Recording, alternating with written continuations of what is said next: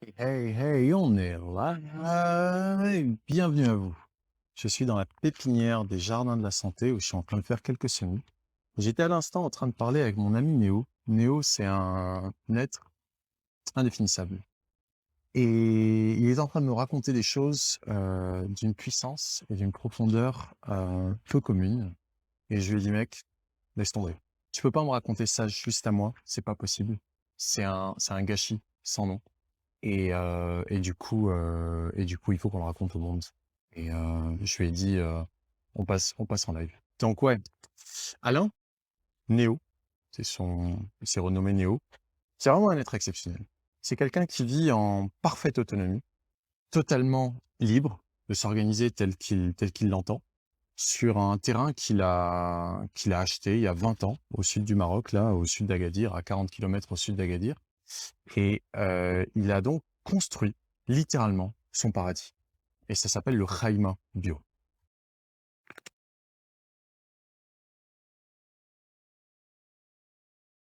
Il a réussi à reverdir le désert, littéralement. Ils sont là. Ils sont terminés.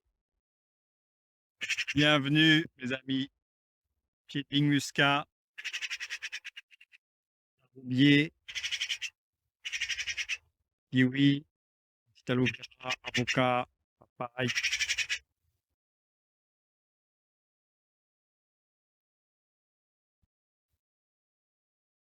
Seul qui est exposé.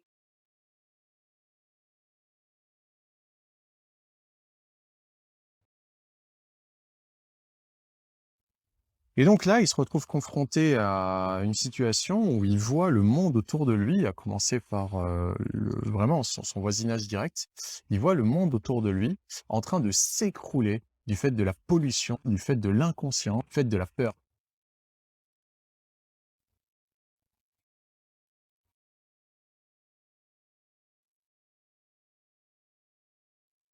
Yes, allez go. Hey, Salut. salut les amis.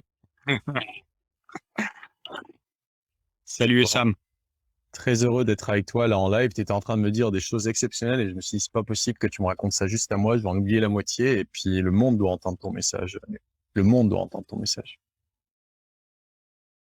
Ouais, bonjour à toutes et à tous. Merci Sam pour l'invitation. Euh, je reconnais que en fait, je suis quelqu'un, je pense, de solide, hein. Mais aujourd'hui, je suis dans le dur, quoi. Je suis vraiment dans le dur. J'en ai presque les larmes aux yeux d'ailleurs. Euh, ouais, c'est dur. C'est dur parce que, en fait, il y a quelques jours, je suis sorti du Haïma, donc j'ai acquis un morceau de terre en plein cœur du parc national Tousmassa, à une cinquantaine de kilomètres au sud d'Agadir, qui est une zone préservée, hein, de près de 30 000 hectares, enfin normalement qui devrait être préservée avec un certain nombre de lois, de mesures pour préserver cette zone. Et là, nous atteignons un état de chaos qui est, enfin, peu de gens, très peu de personnes ont conscience de ça. C'est-à-dire que là, j'évoque l'agriculture intensive chimique avec l'assèchement de la nappe localement, avec la destruction de la faune, de la flore, l'usage d'intrants chimiques, pesticides, herbicides, fongicides, nuisances sonores. Enfin bon, il faut le voir, quoi. Il faut le voir. Je suis parti il y a quelques jours, petit sac, téléphone, faire un reportage. C'est vachement triste, quoi, en fait, quoi. J'ai vu ton reportage de Mi et c'est vrai que c'est affligeant de voir autant d'inconscience et autant de manque d'amour, en fait. Autant de manque d'amour. Et quand on voit toi qui, avec amour, avec patience, avec persévérance, a créé le Haïma Bio et en a fait le paradis que c'est devenu, je ne peux qu'imaginer la douleur que ça doit être là, à la porte à côté, de voir autant de mépris pour la vie. Il n'y a pas d'écoute, il n'y a pas d'écoute, il n'y a pas de, il y a, ça intéresse personne, quoi, en fait. C'est-à-dire que le constat, en fait, c'est que les gens, ils ont peur, les gens, ils sont soumis, et leur âme, elle est totalement écrasée, quoi. C'est des gens qui sont dans leurs seuls intérêts, c'est des intérêts mercantiles. Il y a que le matos, il y a rien d'autre qui compte. Que ce soit les gens du douar, que ce soit les locaux, que ce soit l'autorité locale, que ce soit les propriétaires terriens, il n'y a pas d'être, en fait. C'est pas des êtres, c'est des personnes. C'est vachement triste, quoi, en fait. C'est triste et en même temps, c'est une opportunité sans précédent. Parce qu'aujourd'hui, on est arrivé à un croisement des chemins où on voit bien qu'il y a une humanité qui est en train de se perdre dans un matérialisme débridé qui n'a plus aucun lien avec le vivant. Et on voit d'autre part des êtres comme toi qui, au contraire, ont fait un choix et qui l'assument pleinement, qui sortent complètement de la peur, qui sortent complètement de l'attachement et qui sont prêts à tout, en fait, pour mettre la vie au-dessus du reste. Donc c'est une opportunité aujourd'hui. Et tu vois, ce cri de l'âme qu'aujourd'hui, toi, tu exprimes, nous sommes des millions à le ressentir. C'est juste que toi, tu as parcouru le chemin. Donc tu connais la difficulté que c'est de nourrir et de protéger le vivant, alors que beaucoup d'entre nous en avons juste une idée, un concept, une théorie, et nous n'en avons pas la pratique. C'est pour ça que ton rôle, enfin moi la place que tu occupes dans mon cœur déjà est immense, parce que euh, le peu que je connais de toi est une inspiration, mais sans fin, d'une. Mais de deux, si demain on veut montrer aux hommes et aux femmes politiques ce que ça peut être, un monde où ce n'est plus le chimique qui domine, mais c'est la nature, notre propre nature, autant à l'intérieur qu'à l'extérieur, eh bien, ça n'a pas besoin d'être un discours mystico-gélatineux qui est basé sur des théories fumeuses. Il suffit d'aller faire un tour au Haïm Bio et que les gens constatent. Dehors du Haïm Bio, à l'intérieur du Haïm Bio. Et c'est aussi simple que ça. Donc, c'est normal. Ça prend pas. Ce que je comprends pas, c'est que c'est que ça ne prend pas, en fait. Pour l'instant, ça ne prend pas. C'est-à-dire il y a beaucoup de théories, il y a beaucoup de personnes encore où il y a un germe d'éveil, d'accord, mais quotidiennement, il n'y a pas d'acte, en fait. Moi, les gens qui me connaissent, qui m'apprécient, tous, après avoir fait le reportage, se sont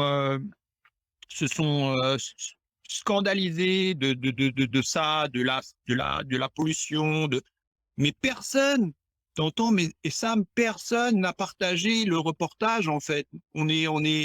C'est la peur, elle a atteint des niveaux, mais surréalistes. En short, quand même, pas tout nu.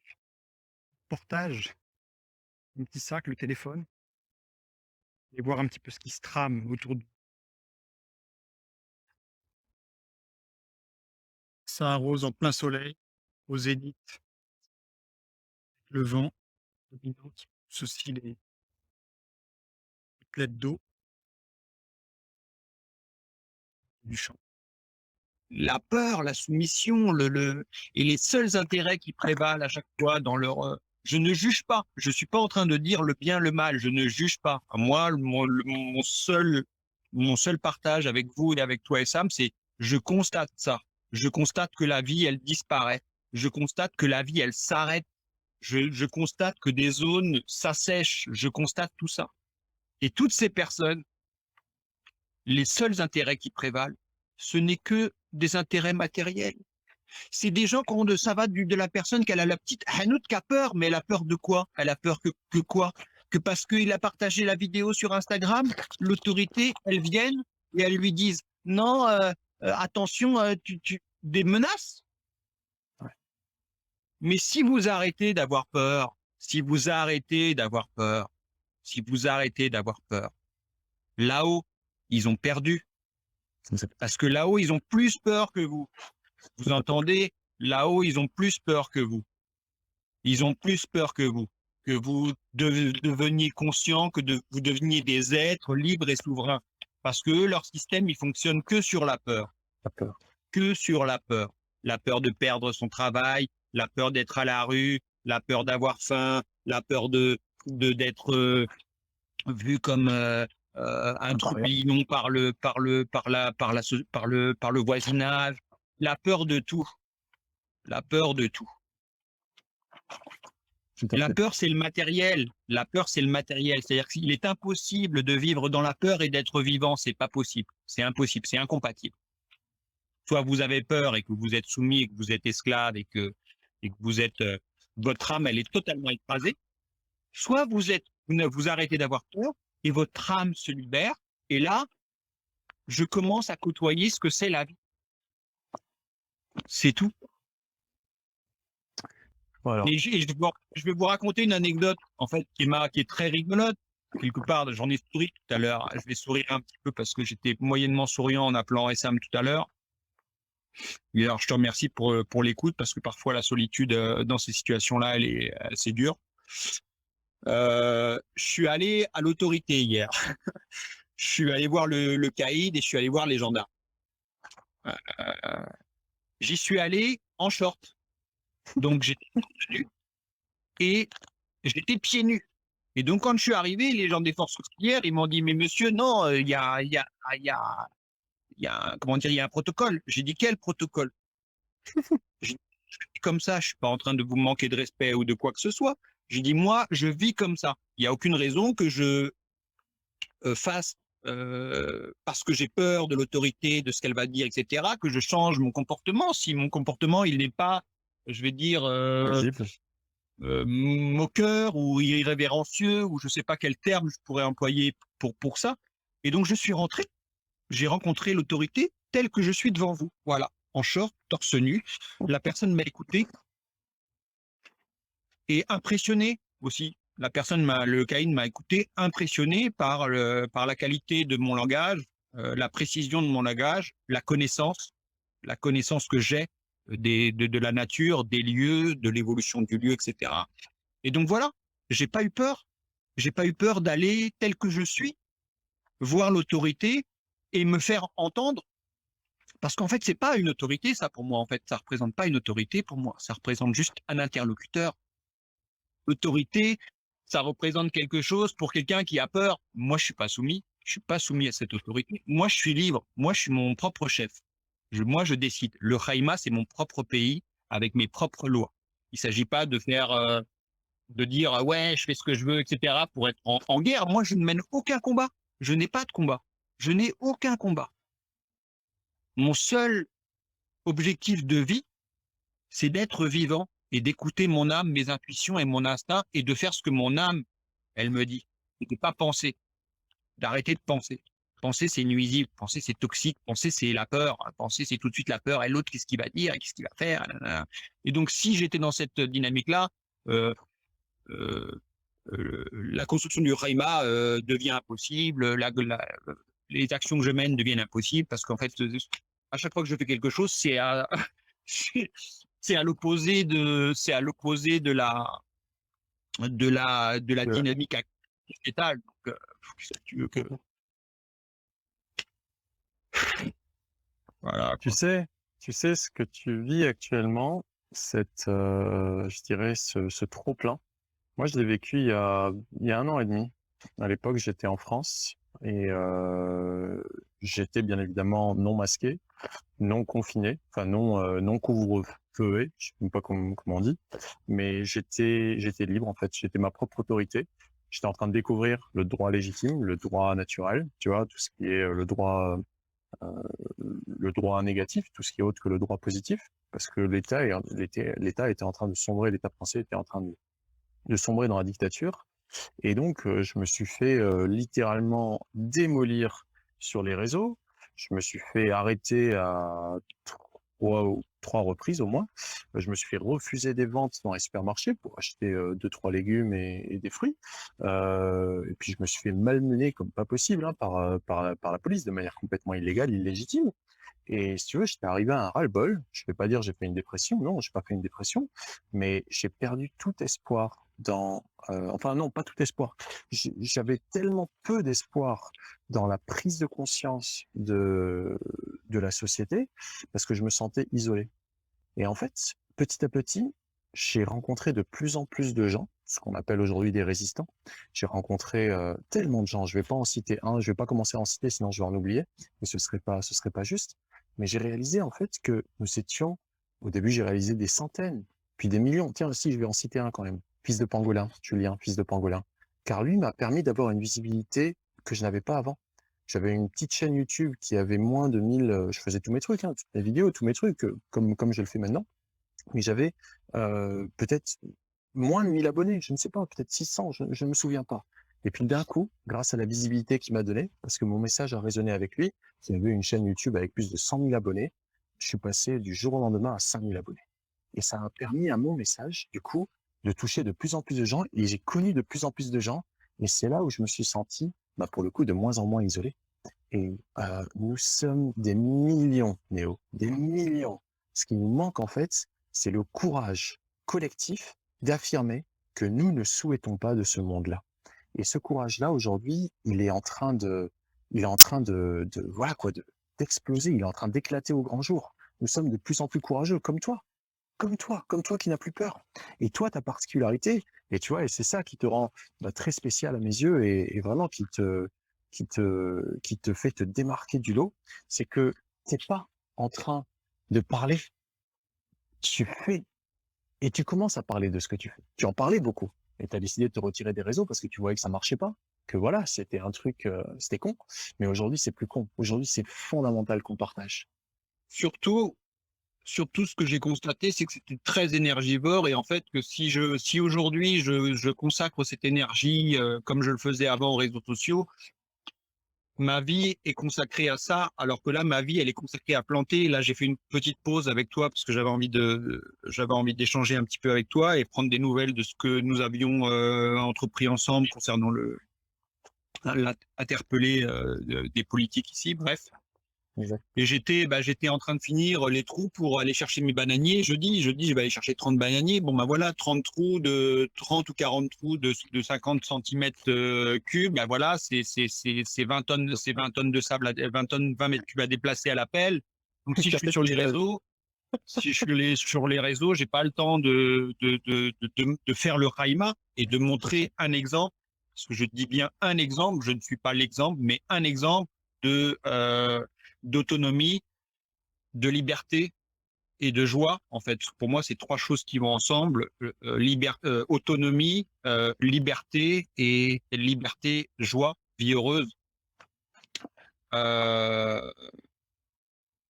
Pour les gens qui ne me connaissent pas et qui arrivent là sur le live, je tiens aussi à vous dire que dans cette dynamique de vie, d'accompagnement du cercle vertueux de la vie, je me suis retiré de toute forme de paperasserie. Ça, c'est important aussi. C'est-à-dire qu'aujourd'hui, j'ai beau avoir un lieu d'accueil, je ne me cache pas. Je n'ai peur de rien du tout. Rien. Je n'ai plus de banque. Je n'ai plus de banque, oui.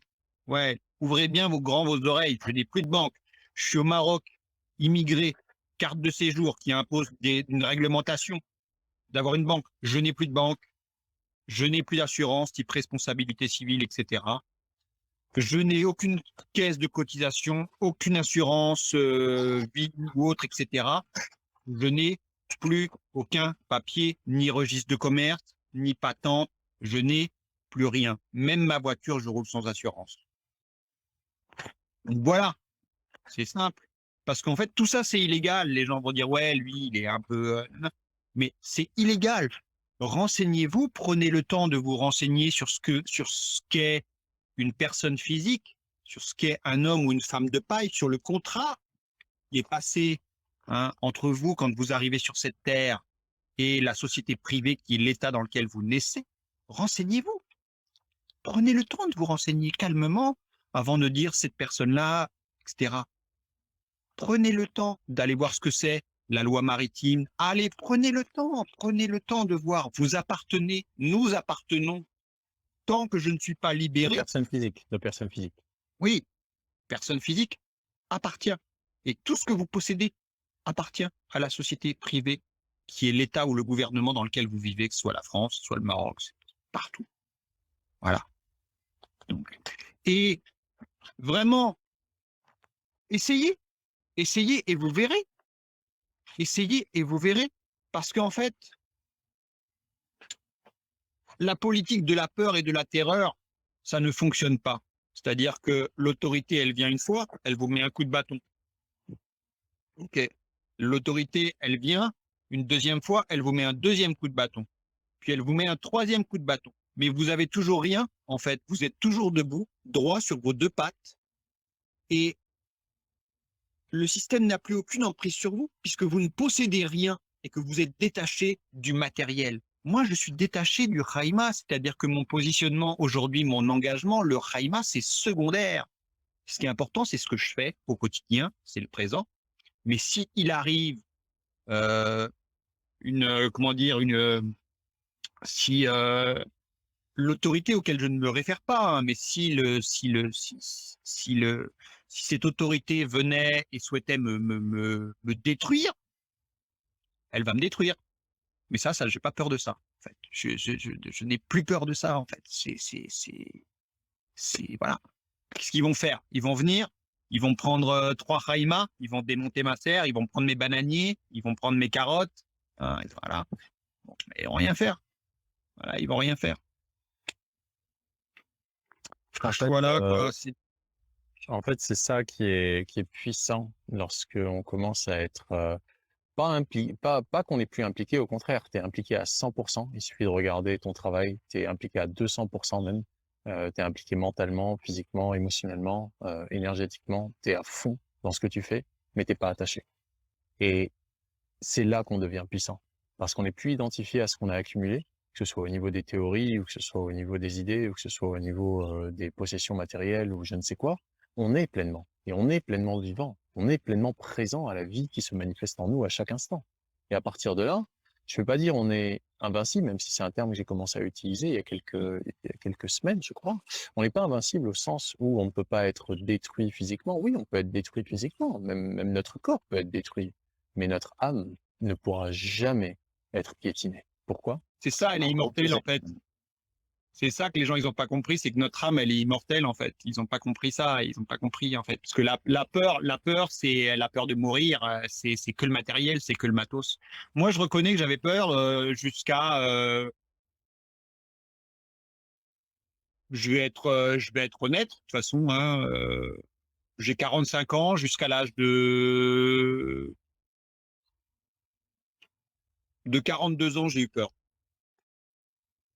Peur de perdre le Haïma, par exemple. Donc, jusqu'à il y a 3 ans. Ça m'a pris quasiment un demi-siècle pour me libérer de cette merde. Voilà. Et jusqu'à 3 ans, en fait, j'avais encore une banque, j'avais encore des assurances, j'avais encore ça, et voilà. Je m'étais déjà débancarisé pendant plusieurs années. Et puis tellement le programme imprimé dans notre cerveau, tellement le dressage a fait effet, hein, le dressage parental, sociétal, scolaire, tout ce que vous voulez. J'avais replongé dedans.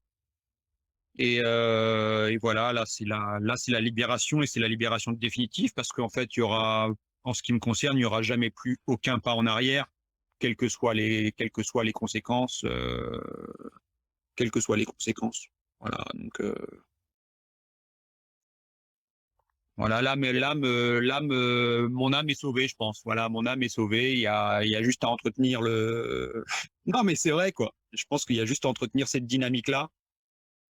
Et la vibration aussi, là je suis parti 2 jours, ça m'était pas arrivé depuis très longtemps. Pendant 2 jours, j'étais pas du tout sur les réseaux, je suis parti à la montagne, j'avais vraiment besoin d'arrêter de penser, en fait, parce que le cerveau c'est un outil, hein, le cerveau c'est un outil, c'est penser, c'est nuisible quand ça devient pathologique. Ouais, voilà. Ça devient une diarrhée mentale. Ouais, c'est ça.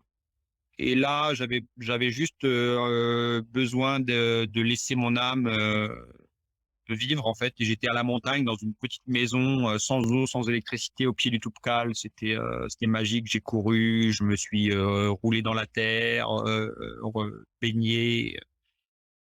Ouais, c'était magique, quoi. C'était super. Et je me suis rendu compte d'une chose aussi, que j'ai partagé avec toi tout à l'heure, c'est qu'en fait, plus nous nous éloignons. D'ailleurs, je te fais une petite comment dire, une petite digression sur le langage en fait, parce que j'ai remarqué et je le faisais avant que nous utilisons souvent le on On qui est exact, indéfini en fait et exact.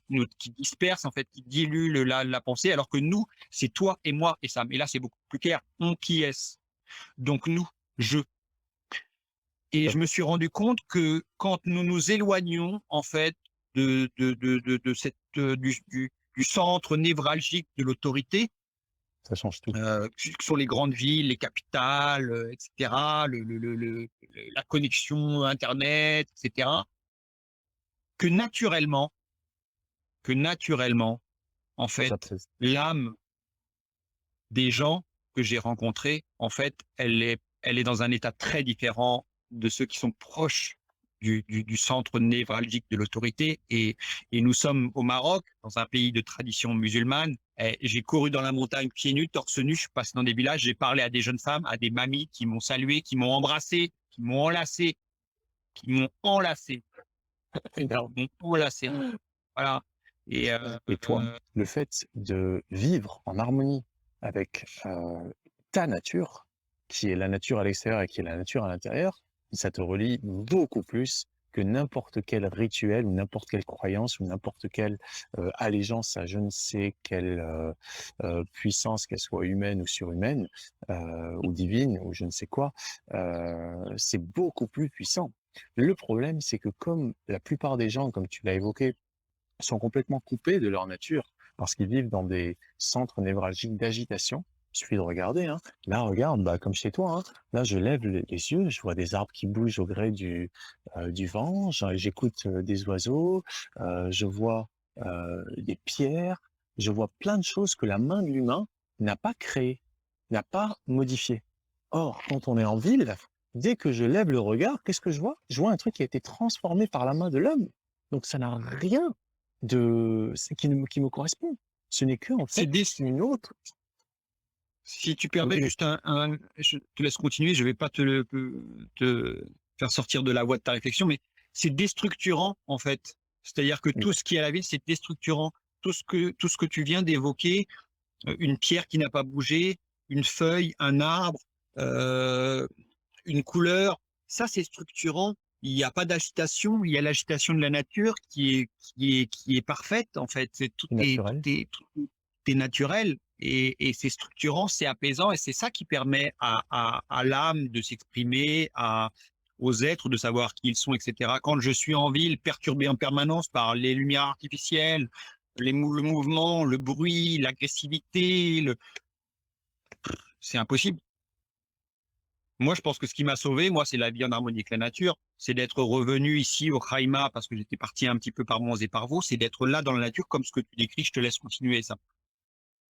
Non, mais tu as parfaitement résumé ma pensée, c'est que ce qu'on vit dans des environnements urbains est déstructurant, et donc la structure qui nous, comment dire, qui nous définit en tant qu'être humain, bah, elle n'existe plus. Donc nous ne sommes plus des êtres humains, nous sommes devenus des êtres inhumains, voire des inhumains, alors que dès lors qu'on se reconnecte à notre propre nature, qui est en fait ce qui est à l'extérieur, qui est la même que ce qui est à l'intérieur, en fait, ce qui a été déstructuré peut se restructurer.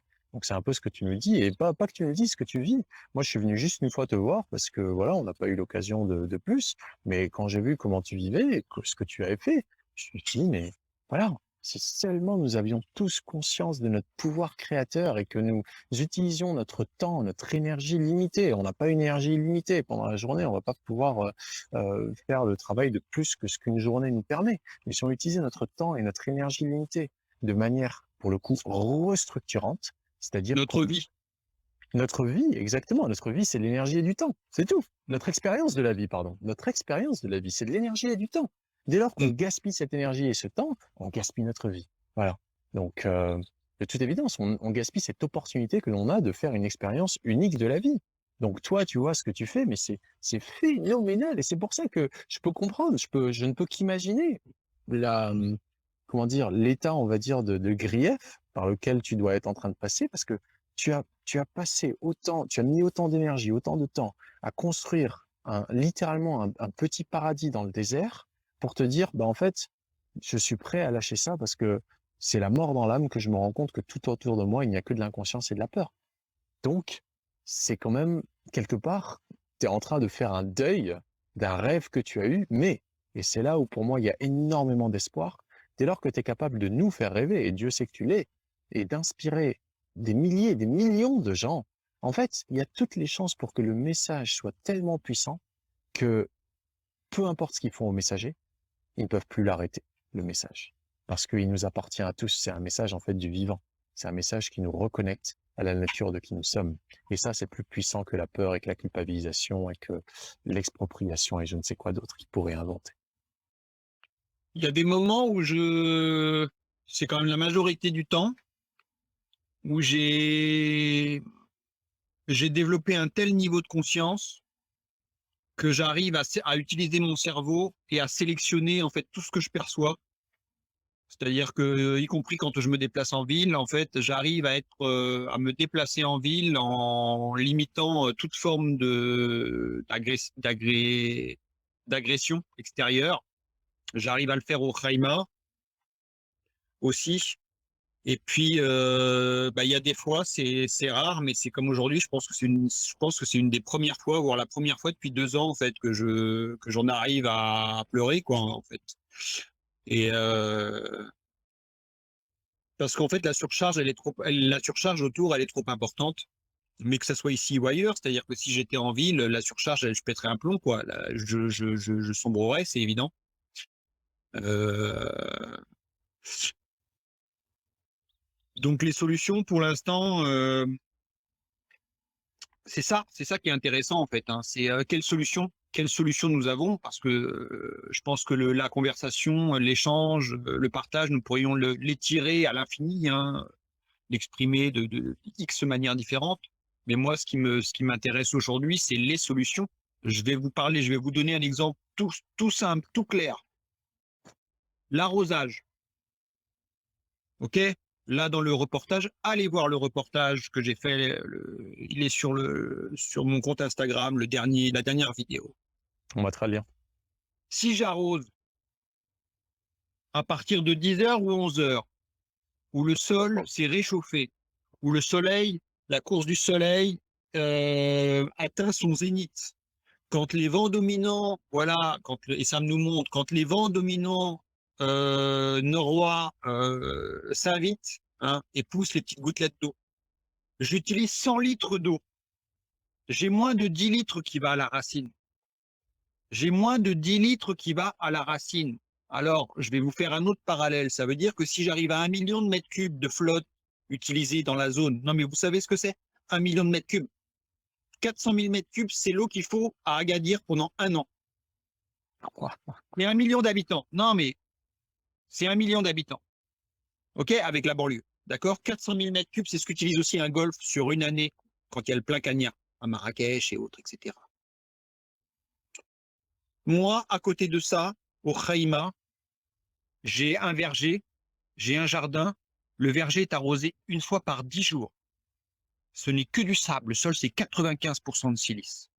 Il y a des techniques. Il y a le paillage. Il est possible que je me mets des cartons au pied des arbres. Pour arroser plus tard avec l'énergie solaire, je viens de créer quelque chose qui est exceptionnel. C'est-à-dire que j'ai créé un axe rotatif pour faire bouger mes panneaux solaires. Je vais chercher le dernier rayon de soleil possible, utilisable. C'est génial. Avant le Maghreb. J'ai décalé de 2 heures l'arrosage. C'est-à-dire qu'à 8 heures, avec une petite installation comme j'ai encore 1 bar de pression pour des tuyaux qui nécessitent en pression 0,7, 0,8. Donc ça fonctionne. Ça fonctionne. C'est-à-dire que, OK, faites. Ils ont tout à y gagner, y compris en continuant la chimie, y compris en continuant ce qu'ils veulent. Ils ont tout à y gagner en se comportant comme ça. Je veux dire, c'est pas contre eux, en fait. Il n'y a même pas de combat. Il n'y a pas de combat. Il y a juste, vous allez faire des économies. Vous allez faire des économies de flotte. Vous allez faire des économies de gaz, de bruit, de fatigue pour les ouvriers, de nuisances. Vous allez faire des économies. C'est quand même, voilà. Garde Ouais. le fil de ta pensée, juste pour montrer. Là, ces Ouais. panneaux, ils sont fixes et donc ils sont Voilà. orientés de telle sorte à ce qu'ils aient un maximum de rayons du soleil la majeure partie de la journée. Mais ils ne prennent ni les rayons du soleil qui est quand il arrive de l'est, ni quand Voilà. il va en fait vers l'ouest. C'est juste orienté là vers le quand il est au zénith, il y a un maximum de trucs. Mais ce qu'a fait Néo, vas-y, explique-toi ce que tu as fait. Non, non. Ouais, voilà, ce que j'ai fait, en fait, c'est que cette installation-là, j'ai installé un axe, en fait, hein, rotatif, avec un support pour tous ces panneaux-là. Ça fonctionne sans moteur, hein, avec une simple bille qui vient s'installer entre la partie basse support et la partie haute du support qui vient coiffer. Ça tourne avec 2 doigts. Magnifique. Magnifique. Tout est fait avec de la récup, toute la ferraille. Tout a été récupéré. Avec mon pote là, je travaille depuis l'arrivée au Khaïma sur tout ce qui est soudure. Ça tourne avec 2 doigts. Hein. Regardez ça, ça tourne avec 2 doigts. Regardez. Allez hop, ça tourne dans ce sens-là. Hop, je pousse dans l'autre sens. Ça tourne avec 2 doigts. Je vais aller chercher les rayons du soleil. Voilà. C'est du génie, quoi. C'est du génie. Seul dans toute la plaine du Souss à avoir installé ça, c'est quand même délirant. Et donc, ça va me permettre de faire des économies de flotte et puis d'arroser à un moment idéal quand le sol se refroidit, quoi. Les végétaux vont être contents, vont être heureux, très heureux. Et moi aussi. Ça m'a coûté puisque voilà, ça coûte, hein, ça coûte. Moi, je vis avec de l'argent. J'ai beau ne pas avoir de banque, pas d'assurance, rien. Moi, l'argent, c'est une énergie, moi, qui me permet d'avancer. Hein. D'ailleurs, que quand je fais des cures, etc., tout l'argent va à l'amélioration et à l'accompagnement de la vie. Ça m'a coûté 1500 € pour une installation pour 20 panneaux. Mon ami d'ailleurs qui a installé ça, je lui ai dit mais pourquoi les exploitants agricoles ils installent pas ce genre d'installation? Parce que au bout d'un moment le puits se tarit, donc il faut aller chercher une machine, une sonde pour aller refaire un forage plus loin, etc. Ça leur coûte, c'est que du gaspillage de vie, ça, de temps, d'argent, d'énergie, de stress, voire même pour le végétal si à un moment il y a une pénurie d'eau, que le végétal il est habitué à beaucoup de flotte, bah, il va crever direct, etc. Oui, il va monter en Les graisse. gars, et là mon pote il m'a répondu, il m'a dit ben en fait c'est cher. Mais là, attendez, là, de quoi je parle? Je parle d'exploitants agricoles qui sont milliardaires en dirhams. Milliardaires en dirhams. C'est-à-dire que c'est des gars, d'ailleurs, c'était surréaliste quand je suis allé faire le reportage, j'ai un truc, une séquence qui était assez marrante. C'est-à-dire que moi, j'étais là, torse nu, avec mon short troué, etc., en train de faire quelques vidéos. Et à un moment, je me serais cru dans un film avec, non, avec, comment il s'appelle, celui qui joue dans Le Parrain, là, peu importe, Al Pacino, tu sais. Al Pacino, ouais. Ouais. Bah, c'est un film de Scorsese. Ouais, Scorsese. Et à un moment, il y a un convoi de grosses berlines, on aurait dit les trafiquants de drogue, en fait. Les mecs, il y avait un Porsche Cayenne, un Audi Q8, enfin, c'est des bagnoles qui valent au Maroc, ça vaut 100 000, 120 000, 150 000 euros, ok? Et vitres teintées, ta. Et j'étais là et je me suis dit, mais quel monde, quoi? Quel monde? Et en fait, l'analogie, je la trouve, me plaît en tout cas, je la trouve cohérente parce qu'en fait, ces gens-là, c'est des criminels en fait. C'est simplement des criminels. Faut le dire. J'ai pas peur de le dire. Ils produisent la mort. C'est tout. produisent C'est-à-dire qu'un gars, quand moi j'interpelle Aziz Arnouch, l'actuel chef du gouvernement, qui a été président c'est marrant aussi de là, ce dont je vous parle, qui est ministre de la pêche et de l'agriculture, qui a subventionné le Khaïma. Il faut quand même le dire, il a subventionné le Khaïma. Quand il était président de la région Souss-Massadra, moi, pour démarrer mon projet, j'ai eu 15 000 €. Ça veut dire qu'il a donné 15 000 € pour un projet écologique, en plein cœur du parc national. Alors aujourd'hui, je l'interpelle pour lui dire, Monsieur Arnouch, qu'est-ce que nous faisons avec ça? Avec ces gens-là qui tuent la vie. Exact. Qui tuent la vie. L'eau, c'est une ressource de bien commun. Elle appartient à tous les terriens, la flotte. Pourquoi ces gens-là, ils ont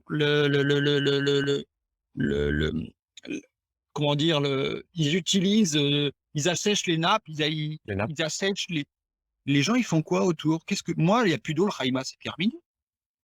Ça va parce que je suis plus attaché maintenant, que je suis prêt à cette éventualité. Mais les gens, ils vivent là depuis des générations. Les arbres, la faune, la flore, on est dans un parc national, il y avait 200 espèces d'oiseaux différentes. Je ne sais même pas si on est à la moitié aujourd'hui, si on est à 100. Voilà. C'est tout, quoi. Donc ces gens-là, c'est des criminels. Voilà, c'est pire que de vendre de la...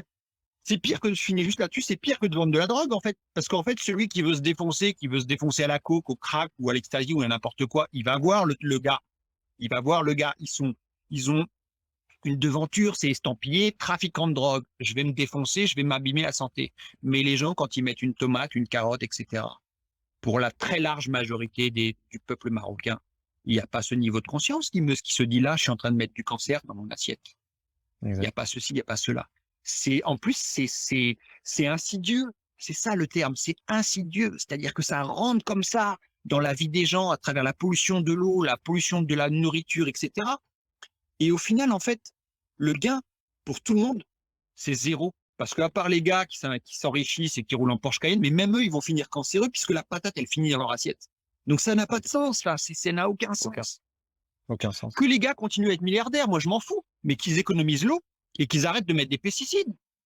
Il y a des pays qui ont réussi à le faire. Il y a des pays, Nicanor Perlas, aux Philippines, l'année où il a été prix Nobel de développement durable, son pays, il était à 0 pesticides. 0 pesticides dans le pays. 0. Donc c'est possible. Ouais. En C'était en quelle 2013. année? D'accord. Et 2013. depuis, là? Depuis, 0 pesticide toujours? Bah non, non, parce que Nicanor Perlas, il s'est fait détruire, évidemment. Il s'est fait détruire tout ce qu'il avait essayé de mettre en place et tout ça a fonctionné parce qu'il y a eu un moment un phénomène, comment dire, ça a amené de la publicité, ça a amené des investisseurs, etc. Mais bon, au bout d'un moment, voilà, les intérêts, les gros intérêts reprennent souvent le dessus, malheureusement. Je sais pas où ils en sont, j'ai pas trop suivi maintenant l'actualité, voilà. Mais là, le Comme cancer tu dis, explose. Le cancer c'est ça. explose. C'est-à-dire que dans la zone là, il y a des jeunes du village qui sont mariés, 22 ans, 23 ans, qui sont veufs. Faut le dire, ils sont veufs. 22 ans, 23 ans, des jeunes femmes qui ont travaillé dans les serres, qui ont travaillé plein champ, qui désherbent au milieu des patates. C'est la mort à 20 ans, à 21 ans, 22 ans. Donc nous, ce que nous souhaitons, enfin moi, ce que je souhaite, c'est pas qu'il y ait un centre anticancéreux ultra moderne à Agadir, c'est qu'on arrête de nous mettre des pesticides dans les champs, qu'on arrête de nous mettre des chemtrails dans l'air, qu'on arrête, etc. Et juste, c'est un droit inaliénable. Vivre, c'est un droit inaliénable pour tous de vivre, c'est-à-dire de respirer un air sain, d'avoir une nourriture saine et de l'eau saine. C'est un truc normal. C'est tout. C'est la base. C'est la base. C'est les besoins élémentaires. Aujourd'hui, le positionnement, je pense il est sur les besoins élémentaires. Il n'est pas sur la bagnole que j'ai, la montre que j'ai, les besoins élémentaires. Basta così, les besoins élémentaires. Tu sais, ton propos est tellement simple et tellement concret que se dire qu'il n'est pas entendable par les politiques révèle littéralement soit une incapacité, auquel cas ils ne devraient pas être à leur poste, soit de la mauvaise foi, de la mauvaise volonté, auquel cas ils devraient encore être moins à leur poste. Donc, quel est l'intérêt des dirigeants, qui soient politiques surtout, ou économiques, si on comprend bien que derrière, il y a forcément la mort. Derrière, il y a forcément quelque chose qui ne correspond pas à ce qui nous caractérise tous, la vie. Si derrière leurs intentions, il y a autre chose que le fait de non seulement préserver, mais de permettre à la vie de s'épanouir, alors quelle est leur intention?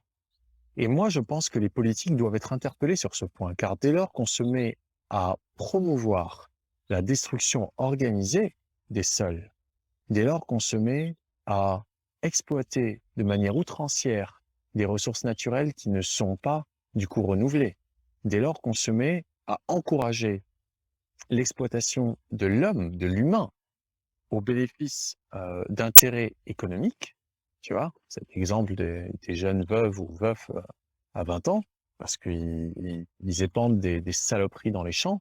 On voit bien dans ton reportage ce jeune homme-là complètement couvert et qui... Surréaliste. Voilà, c'est dément, avec même pas des protections, on va dire, officielles, quoi, juste avec un foulard, je ne sais quoi. C'est surréaliste, comme tu dis.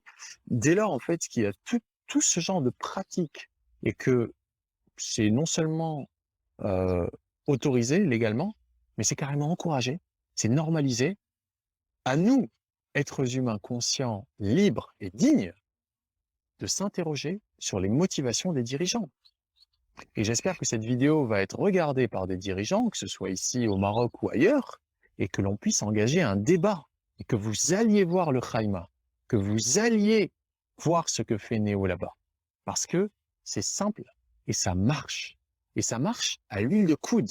Ça marche parce qu'il y a un homme, des hommes, en tout cas des êtres humains conscients, dignes, responsables, qui assument leur part de responsabilité et qui font, qui ne sont pas juste en train de voter ou bien de décréter tout plein de mesures absolument, je sais pas si ça s'entend toujours parce que j'ai un appel, ça s'entend?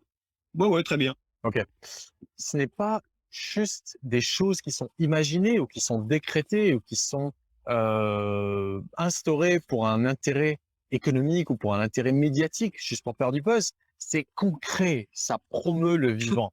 Donc, si on est dans un état d'esprit de préservation de la vie, voire même d'encouragement, de permettre à la vie de prospérer, il n'y a pas 3000 voies, il n'y en a qu'une, c'est celle de fonctionner en harmonie avec notre nature, à Je l'extérieur pense que, autant qu'à l'intérieur. en fait, quand j'arrête de penser dans mon évolution, parce que moi, je regarde très peu, je lis peu, c'est vraiment la nature qui m'enseigne, en fait, hein. Je pense qu'à partir du moment où euh, j'ai arrêté de penser, j'ai réussi à arrêter de penser dans mon quotidien, dans la manière de jardiner, de m'occuper de ma forêt nourricière, etc. Mon âme me donne toujours, toujours, toujours, toujours, je vais le répéter 1 milliard de fois, toujours une solution parfaite, en harmonie avec la nature. C'est-à-dire qu'aujourd'hui, même quand je sors du Khaïma, que je suis au volant de ma voiture, qu'il s'agit d'aller à droite ou à gauche, en fait, je fais toujours confiance à mon intuition, je n'ai pas de programme. L'âme, elle va pas vous faire mentir. L'âme, elle va pas. L'âme, quand l'âme, elle vit, de aucun humain, elle va pas vous faire tuer quelqu'un.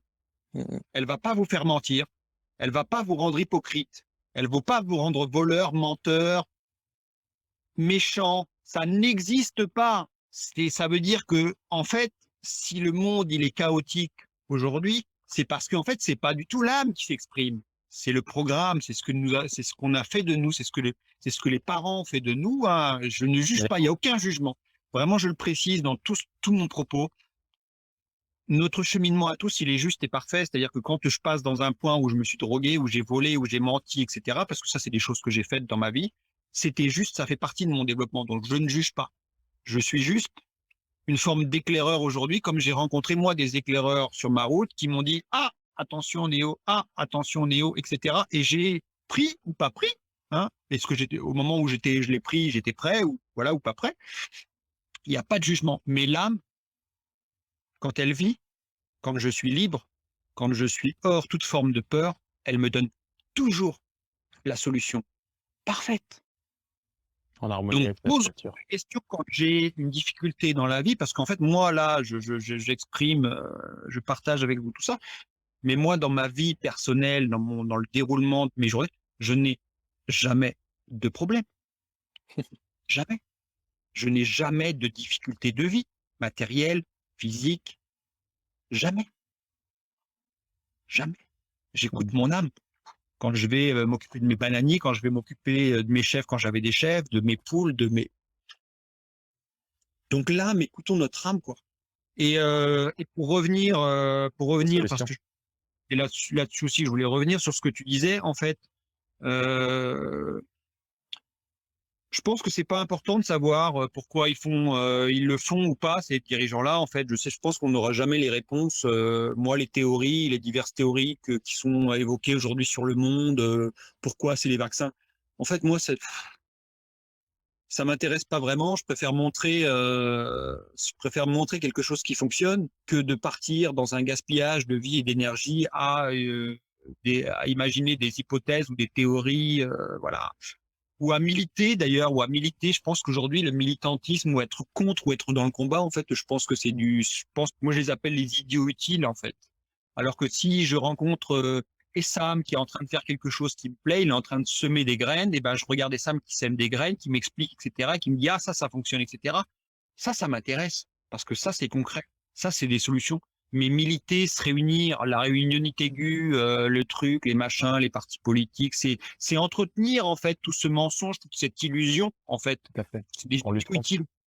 Voilà, moi je les appelle. Il y a des gens très intelligents, hein, qui ont une forme d'intelligence où j'ai appris, où j'ai pris des choses, c'est chez ces gens-là. Mais concrètement, il y a rien. Il y a des livres, quoi, mais moi, ce que je veux voir, c'est les graines qui poussent, c'est des arbres qui poussent, c'est une rivière qui coule, c'est des gens. J'étais dans la montagne, j'ai vu des gens, j'ai enlacé une femme, elle avait 100 ans. Ouais. Elle était debout, elle marchait comme moi.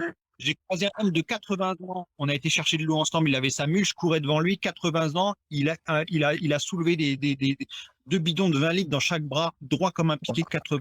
Moi, c'est ça que j'ai envie de voir. C'est pas des gens. Ouais, tu vois, se battre, les gens, ça nous use, ça nous use l'âme, ça nous use le corps, se battre, c'est ramer à contre-courant, quoi. Moi, j'ai envie de ramer avec le courant, quoi. J'ai envie de ramer avec le courant, d'emmener du monde dans le sens du courant, quoi. Et c'est le moment là, hein. Tu sais, plus que jamais, là, on a compris qu'il y avait un truc qui tournait pas rond et que, tu sais, on est prêt là. C'est le moment. Tu vois. Voilà, je suis. Moi, je pense que là, ce qui se passe dans la zone là, parce que la région de Souss-Massadra, c'est quand même je pense que c'est le plus grand jardin du Maroc. C'est-à-dire que c'est là où il y a la plus grande production de légumes, de fruits et légumes, que ce soit pour l'importation, mais aussi pour la consommation locale. En fait, je pense qu'il faut intervenir. C'est simple. C'est-à-dire que si dans un village, il y a des nuisances sonores, s'il n'y a plus d'eau, en fait, c'est aux habitants du village de se déplacer et d'aller directement à la ferme, en fait, puisque en fait, nous sommes libres et souverains. Nous n'avons pas besoin de passer par l'autorité, nous n'avons pas besoin de passer par ceci, par cela. Utilisons-les comme ils nous ont utilisés, en conscience. Utilisons les politiques, utilisons les médias, utilisons les réseaux sociaux, etc. Mais soyons nos propres gouvernants, notre propre gouvernant, et déplaçons-nous. Je peux vous dire que si vous avez, là j'ai réussi à faire taire des moteurs, hein, les gens n'arrivaient plus à dormir, etc. dans le village, et ben 20 personnes se sont déplacées.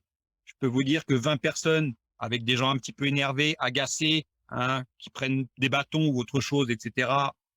Pas dans l'intention de les utiliser, mais de se faire entendre, etc. Ben le moteur, hein, en 72 heures, c'était terminé.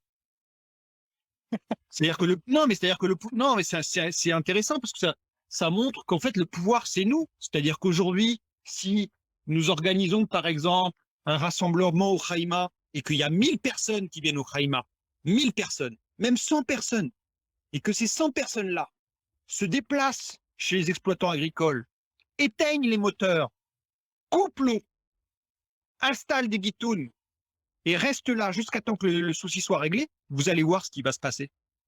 Parce que c'est ça qu'il faut faire aujourd'hui. C'est la révolution dans la paix, mais la révolution active et non passive. La révolution active. Venez au Khaïma, venez par dizaines, venez par centaines, je serais ravi de vous faire visiter. Il y a de l'espace partout autour pour installer des guitounes.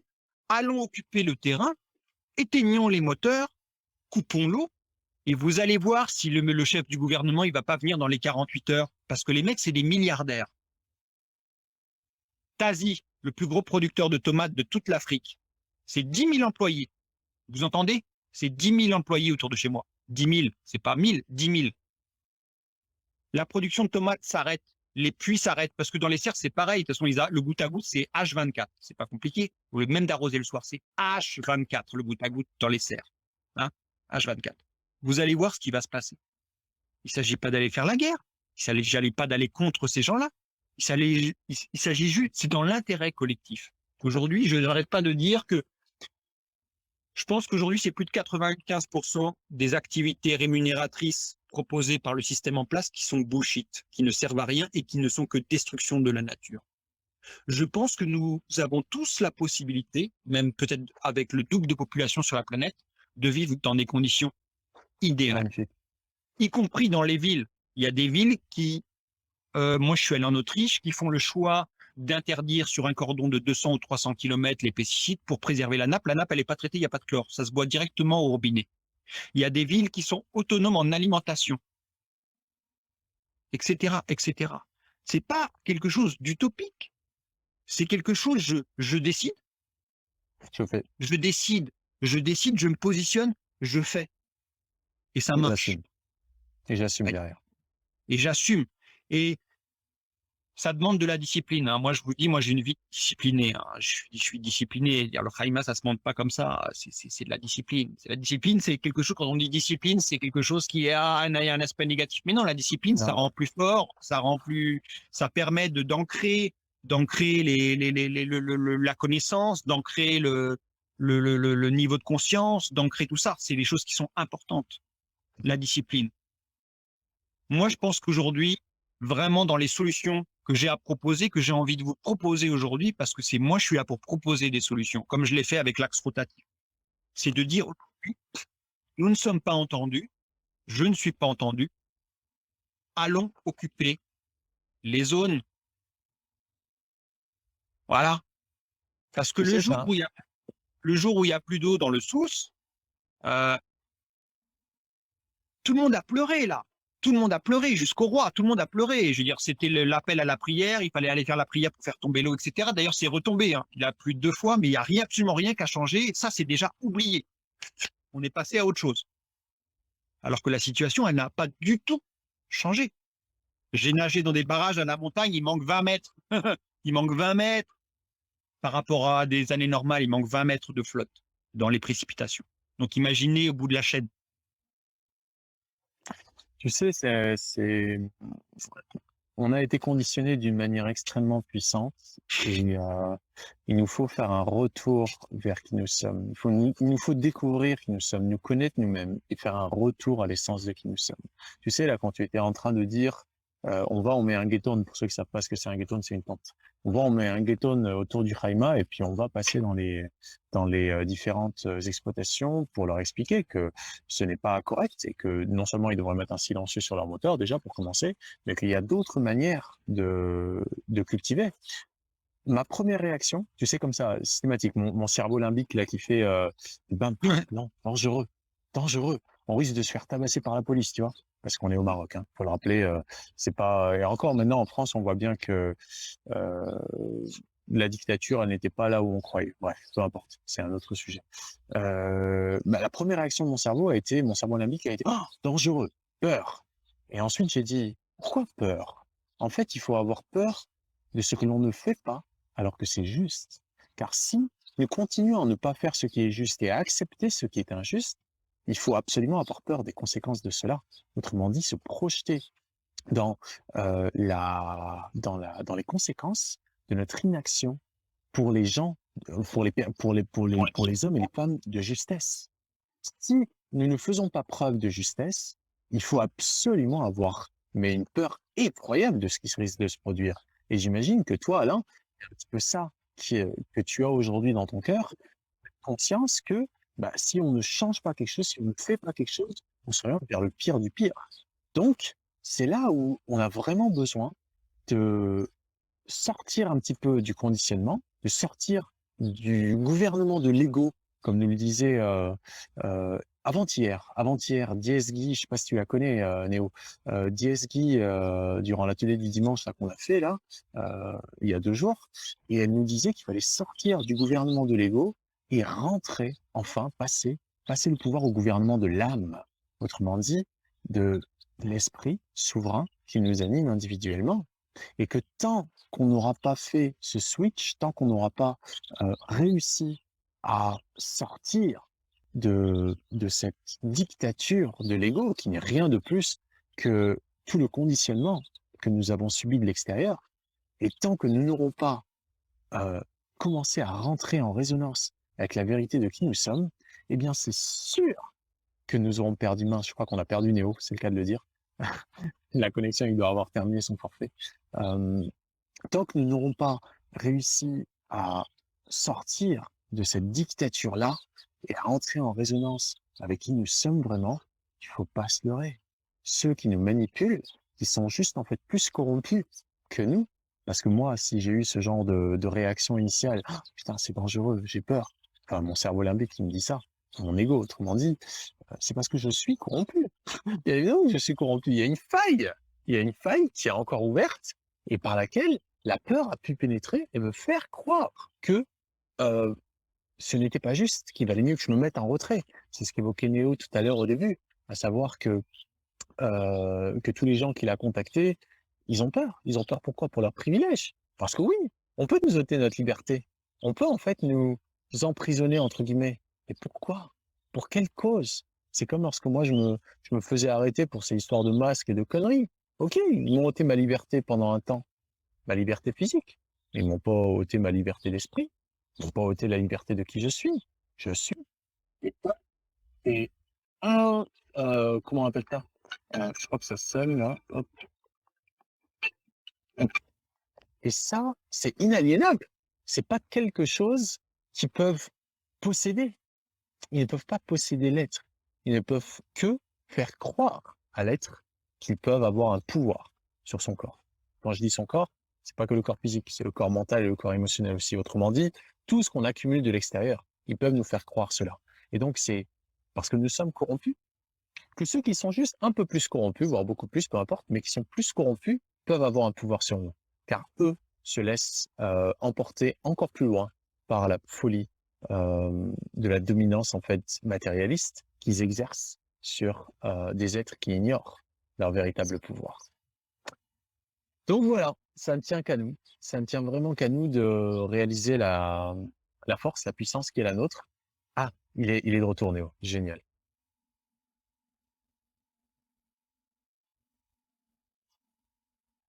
Hey, hey.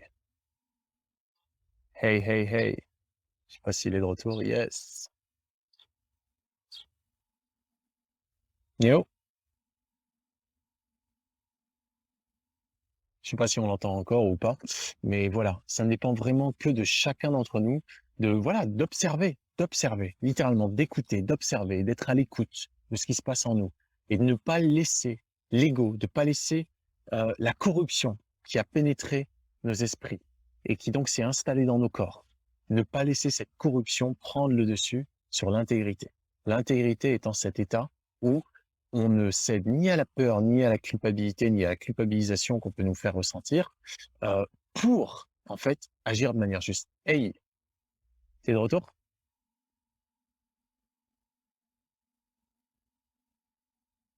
T'es de retour ou pas?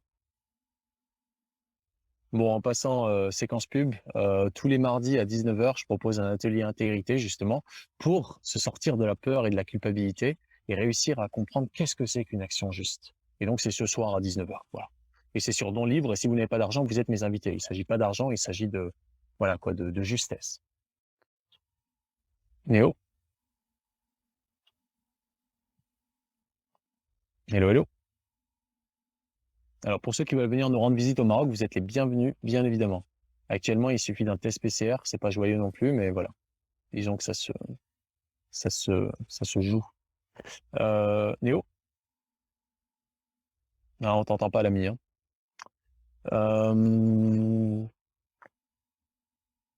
Ouais. En tout cas, voilà, pour ceux qui connaissent pas le Khaïma Bio, c'est un lieu qui est à environ une quarantaine de kilomètres au sud d'Agadir. C'est un lieu, comment vous dire, imaginez une dune de sable et imaginez quelques années plus tard dessus un paradis végétal. Voilà.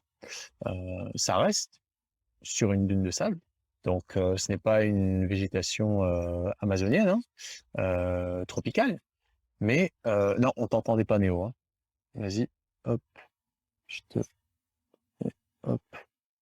Donc c'est pas une forêt amazonienne, hein, mais c'est un paradis quand on voit de quoi c'est parti. Et surtout en sachant qu'il a creusé à la main, enfin à la main, sans outillage autre qu'une pelle et des pioches pour creuser. Il a creusé à 100 mètres de profondeur. Voilà. Donc c'est possible, c'est possible. Et c'est pas surhumain, au contraire, c'est humain, c'est complètement humain d'être autonome, d'assumer notre part de responsabilité dans notre autonomie, dans notre libération pour le coup du joug d'un système matérialiste qui souhaite nous maintenir dans la dépendance. Non, non. Être humain, c'est avant tout être libre. Être libre, ça veut pas dire faire tout ce qu'on veut en nuisant aux autres. T'es de retour? Ouais, là c'est bon. Vas-y, vas-y. À toi. Ouais, ça marche? Tu m'entends? Ah, cool. Non, non, mais je vous ai perdu pendant quelques instants. Je sais pas ce que tu as partagé Là, avec j'étais en train de faire une petite nos amis. rétrospective du Haïba Bio et de comment est-ce que tu as bossé avec autonomie, avec courage, comment tu as construit ta liberté, ton autonomie, et comment est-ce que être libre, ça ne veut pas dire faire n'importe quoi, et notamment empiéter justement sur les droits des autres, mais c'est au contraire être libre d'agir d'une manière juste, qui soit juste pour soi et pour autrui, autrement dit pour la vie. Parce que la vie, c'est pas quelque chose qui appartient à qui que ce soit. La vie, c'est universel. On peut dire, tu vois, Néo, Ça me plaît, ça me plaît ce que tu dis parce que justement hier ou avant-hier, quand j'ai essuyé des refus de partager ce reportage, etc., les gens m'ont tous dit, beaucoup m'ont dit, nous ne vivons qu'une fois, je fais ce que je veux. Tu te rends compte? Ouais, je fais ce que je veux. C'est-à-dire que si j'ai pas envie de, si j'ai envie de me comporter même à l'inverse, à l'opposé, de manière diamétralement opposée à ce que tu proposes, je fais ce que je veux. Ben non, en fait, je pense que nous faisons pas du tout ce que nous voulons. Je pense que, comme tu l'as dit, notre liberté, elle s'arrête là où elle empiète sur celle des autres. Je nuis, j'abîme, j'utilise à outrance la ressource en eau et je mets en difficulté des êtres, je pollue la terre, je pollue l'air. Non, en non, fait, et non, et ce que tu renom. dis, c'est précisément, si tu veux, comment dire, tout est à double tranchant. Aujourd'hui, les mondialistes nous évoquent justement la nécessité de s'injecter pour protéger les autres, la nécessité de réduire, soi-disant, nos émissions de gaz à effet de serre pour protéger la planète, etc. Ils utilisent ce discours de culpabilisation. Toi, dans ta bouche, bien évidemment, il ne s'agit pas de culpabilisation, il s'agit de responsabilisation. Autrement dit, d'être habilité à répondre d'une manière qui corresponde à la vie. Et lorsque, par inconscience ou par peur, les gens refusent de faire ce qu'ils savent être juste pourtant, mais qui disent non, je ne peux pas, parce que sinon, je risque de perdre mes privilèges. Je risque d'être considéré comme un dangereux révolutionnaire, et donc je risque d'être coupé de ci ou de ça, de perdre du taf, de je ne sais quoi, de plus avoir accès aux médias, etc. Là, ce n'est évidemment pas un discours de responsabilité. Pourquoi? Parce qu'ils savent que c'est juste ton propos, mais ils ont peur de le faire. Et donc, lorsqu'on dit, ouais, de toute façon, je fais ce que je veux, hein, la vie, c'est ma vie, j'en profite comme je veux. Non, c'est faux, c'est pas ma vie. Parce que on peut pas dire, Néo, il y a ta vie, ma vie. On peut pas dire ça. On peut dire, il y a tes pensées, mes pensées, mon corps physique, Bien ton sûr. corps physique, tes émotions, mes émotions. Oui, là, on peut dire ça. Mais on peut pas dire, il y a ma vie, ta vie. On peut dire, il y a la vie. Il y a la vie qui m'anime à moi. La vie, elle nous appartient à tous. Nous l'avons tous en nous et elle est autour de nous et elle est partout et c'est tout est lié, tout est lié, tout est lié. Je suis lié à toi, tu es lié à moi, je suis lié même à l'exploitant agricole. Surtout, nous sommes la vie. tous. Au-delà du fait qu'elle nous appartienne. Car en fait, c'est même pas qu'elle nous appartient, elle nous a été prêtée. On a la vie pendant un temps limité sous cette forme-là. Et ensuite, ça repart de là. Ça repart de toute cette vie-là qui se dégrade, qui se décompose et qui se recompose. Et tant qu'on n'a pas compris ça, que cette vie-là, si elle a le droit d'exister, c'est parce que ceci existe, c'est parce que ces plantes existent, c'est parce que ces insectes existent, c'est parce qu'il y a ce processus alchimique de décomposition et de recomposition. Et donc ce sol vient de cette terre et va retourner à cette terre. Donc tant qu'on n'a pas compris que oui, d'une certaine manière, la vie nous appartient à tous, pas plus aux uns qu'aux autres, mais surtout la vie nous a été prêtée et surtout, nous sommes la vie sous une forme absolument unique. Et toi, comme moi, comme chacun d'entre nous, avons le même droit de vivre la vie de manière digne et libre. Libre, pas au sens où on empiète sur le droit de l'autre à vivre sa vie, mais libre dans le sens où nous sommes libres d'agir. Si nos actions ne vont pas dans le sens de la vie, nous créons de la mort. Or, rien n'est la proie de la mort, tout est la proie de la vie. Les seuls ici, qui créent de la mort là où il n'y a que de la vie, ce sont les êtres humains qui ne réalisent pas qui ils sont. Parce que par inconscience, ils se mettent à agir d'une manière qui tue la vie avant même qu'elle ait pu s'épanouir. Et donc, plutôt que de créer du vivant, ce qu'on fait en fait, comme tu le dis très bien, c'est que on gère de la pathologie. On gère de la, il gère de la pathologie. C'est de la gestion de pathologie végétale, ce que je dis, c'est-à-dire qu'on nous semons ils sèment des graines malades et ensuite, tant bien que mal, ils essaient de les faire pousser avec des intrants chimiques. C'est la gestion de pathologie végétale. C'est un terme que j'ai repris, qui n'est pas de moi, que j'ai pris des époux bourguignons. Est-ce que tu vois qui c'est, les époux bourguignons, les spécialistes des sols, là, qui ont été à l'INRA pendant des années et puis qui ont, bien avant Sadhguru que tu évoquais là sur l'histoire des sols, qui depuis presque 20 ans ou 25 ans, voire 30 ans en France, disent voilà ce qu'étaient les sols il y a 20 ans, 30 ans, et voilà ce que sont les sols aujourd'hui. C'est marrant, il y a des indicateurs très riches. Vous allez dans une en Beauce, hein, qui est un grand espace agricole entre Paris et Orléans. À Grande Beauce, c'est là où il y a des grosses exploitations agricoles sur 400, 500, 600 hectares. C'est de la céréale, hein, pour nourrir les animaux. Il y a 50 ans, 60 ans, il y avait 80 kilos de vers de terre à la tonne. On est en dessous des 3 kilos à 2 kilos aujourd'hui. Donc, comment voulez-vous que la terre, elle respire? Comment voulez-vous que le lien entre le minéral et le végétal soit fait? Comment voulez-vous que la vie continue, en fait? Bref. Et là, ici, là, Partout. c'est ce qu'ils sont en train de faire. Mais non, mais moi, vraiment, la zone, je la connais par cœur. Je suis le seul être vivant depuis 20 ans qui parcourt le parc national à pied, en courant, en long, en large et en travers. Je le fais, je le connais par cœur. Je connais toutes les pistes, tout. Il y a des endroits, il n'y a plus rien. Il n'y a plus rien. Il n'y a plus un insecte, il n'y a plus une abeille, il n'y a plus une fleur, il n'y a plus rien. Voilà, c'est tout. Vraiment, et Sam, je sais pas, parce que moi, je t'ai dit oui pour relancer un petit peu une campagne de messages autour de ça. Hein, ça ne concerne pas que la zone du Souss, ça concerne toutes les zones agricoles du Maroc. Hein. Donc, occupons-nous de notre sol, chacun où nous sommes. Qu'est-ce qu'on fait, quoi? Qu'est-ce que nous allons faire? Tout à fait. C'est ça, et Sam, le sujet. Est-ce que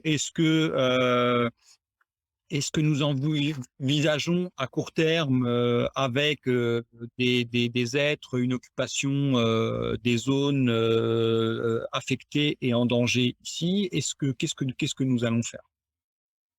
C'est ça la question, Essam. Moi, je suis d'accord pour faire. C'est pour ça aussi que j'ai arrêté un petit peu les vidéos. C'est parce que en fait, au moment où je faisais les vidéos, j'ai des vidéos qui sont montrées à 1 million de vues sur Facebook. Mais quand que je souhaitais lancer une action locale, concrète, etc., il y avait personne. Donc moi, je trouve ça super qu'il y ait beaucoup de gens qui te suivent, qui nous suivent, etc., qui nous encouragent. Je les remercie. C'est toujours au niveau vibratoire, c'est toujours important de sentir cette force-là qui me pousse, moi en tout cas. Mais ce dont j'ai envie, c'est que nous entreprenions ensemble des actions collectives, que les gens se déplacent partout où ils sont sur la Terre, que les gens se regroupent, que nous nous regroupions pour mener une action ici, peut-être que nous nous déplacions après dans une autre zone, dans la zone de Marrakech où tu es, après peut-être dans la zone de Pnimelal, etc. Peu importe, moi, j'ai du temps et j'ai de la vie à consacrer à ça, parce que ma vie, c'est ça. Moi, 100% de mon temps, il est consacré à la vie. Voilà. De temps en temps, j'ai une petite activité divertissante qui sort un petit peu de ce cadre-là, mais c'est infime. Le quotidien, c'est d'abord subvenir à mes besoins élémentaires, entretenir cette dynamique de la vie, et ensuite être dans la vie contemplative et dans l'oisiveté et dans la détente et le loisir. Donc, qu'est-ce que nous faisons, et ça, c'est ça qui m'intéresse. Qu'est-ce que nous allons entretenir? Ça résonne très très fort chez moi. Parce que je pense qu'aujourd'hui, on est arrivé à un stade où on ne peut plus se contenter de juste prendre soin d'un lopin de terre chez soi. La dégradation est tellement énorme, je veux dire, c'est phénoménal. Tu parlais de 300, 400 kilos de vers de terre par hectare, c'est ça, ou 500 kilos dans la Beauce pour... Non, 80 kilos pour une tonne il y a 30 ans, moins de 3 kilos aujourd'hui. Et ici, autant vous dire que là où je suis, ici, là, il n'y a quasiment pas de vers de terre. Hein. Pas du tout. Donc, c'est l'état en fait de dégradation des sols est tel que entre l'effet qu'on appelle ça encore, de dégradation des sols par le soleil et par le vent et par les pluies qui du coup vont tasser les sols. Et en plus, la dégradation par l'agriculture intensive, ça fait qu'en fait, aujourd'hui, il est urgent d'agir. Et on ne peut plus juste se contenter d'agir à un niveau ultra local d'une petite parcelle de terre. Ok, Sam, toi, qu'est-ce que tu vois? Ok, Sam, qu'est-ce que tu vois concrètement? Parce que là, nous, les gens, ils sont là, ils nous écoutent. Concrètement, qu'est-ce que tu vois, toi, là? C'est des premiers jets. Lançons des idées, mais des idées avec un lendemain. Pas des idées qui va tomber Alors, au tu fond du sais, là, puits et qui va, ça résonne voilà. très fort. Donc, je pense que ce qu'il faudrait faire, c'est lancer certainement une campagne concrète où toi, avec ton expérience, moi, j'ai absolument pas ton expérience, mais avec ton expérience, avec ce que tu as fait du Haïma, en ayant documenté correctement ce qui se fait au Haïma, aller faire un tour, en fait, de plein d'endroits, en montrant, en fait, aux exploitants qu'on peut faire les choses différemment. Parce que là, ils sont dans l'exploitation. Et au lieu d'être dans l'exploitation, on pourrait être, au contraire, dans la nature. On pourrait exploiter, pour le coup, pas dans un sens d'épuiser, mais exploiter dans le sens d'utiliser en fait ce que la nature met à notre disposition pour pouvoir tout simplement produire mieux, produire plus avec beaucoup moins en fait d'efforts. Parce que toi, tu passes la plupart de ton temps à t'amuser en fait. Maintenant, que l'essentiel est fait, là, par le laser et les quelques dizaines de mètres cubes de terre. Oui, c'est maintenant, c'est regarder en fait. Je me promène dans mon terrain qui fait 10 000 mètres carrés et je regarde la nature et j'interviens là où elle me dit ah tiens là j'ai besoin d'un petit coup de main, ah là tiens j'ai besoin de ça, ah là, et donc j'essaye. Hein. Parfois je me trompe, parfois je comprends pas ce qu'elle me demande. Et voilà, mais avec le temps, j'arrive toujours à comprendre la nature. Elle nous enseigne tout le temps. Enfin, toutes les réponses, toutes les solutions sont là. Moi, je pense que dans l'urgence, d'abord, c'est penser à la qualité de vie de l'entourage. Ça veut dire que dans un premier temps, je pense que c'est l'eau et le bruit. Avant de leur dire de changer tout, etc., c'est d'aller en nombre, hein, d'aller dire voilà, maintenant ça, le bruit. Un bruit, ça fait 35 km pour information. Sur 35 km, c'est dément. Ah, je crois qu'on a reperdu Néo. Je crois qu'on l'a reperdu. Ouais, non, mais c'est très bien là ce qui nous fait la Néo comme interpellation, à savoir qu'est-ce qu'on fait. T'es là? Ouais, ouais, on t'entend à nouveau, vas-y. Un bruit, ça fait 35. Je parlais un peu trop vite. On t'entend plus là, je sais pas si tu nous entends, mais en tout cas, moi ça me parle ça. Faire une sorte de caravane en fait, caravane de la.